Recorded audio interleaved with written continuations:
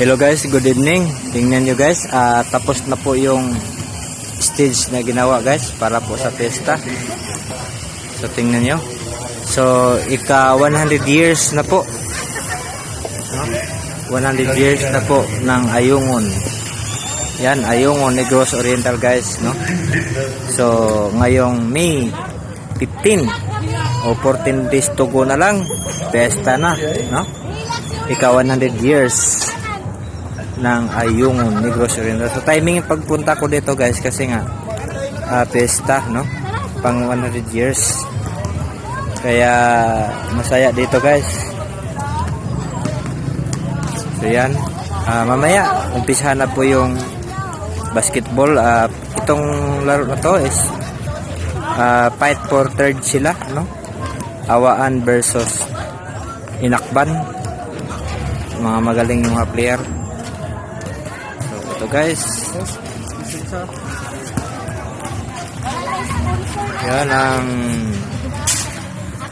tapos na yung stage. Ito dito yung mga artista guys, maraming artista guys, yan ang mga artista nasa 20 sila o 15 mga 15, no?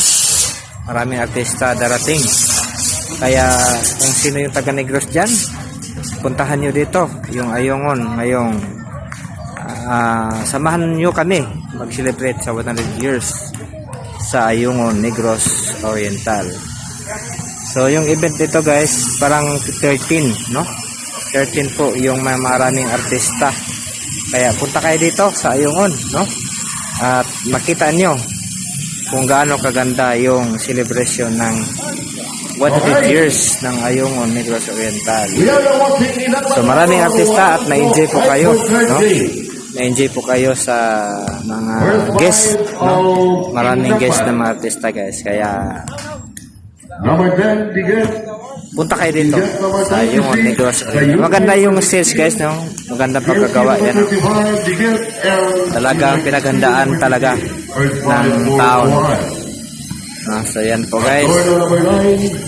So maraming salamat. Paki-share po and follow sa mga hindi pa nakapollow, no? So paki-subscribe naman po sa mga hindi pa nakasubscribe.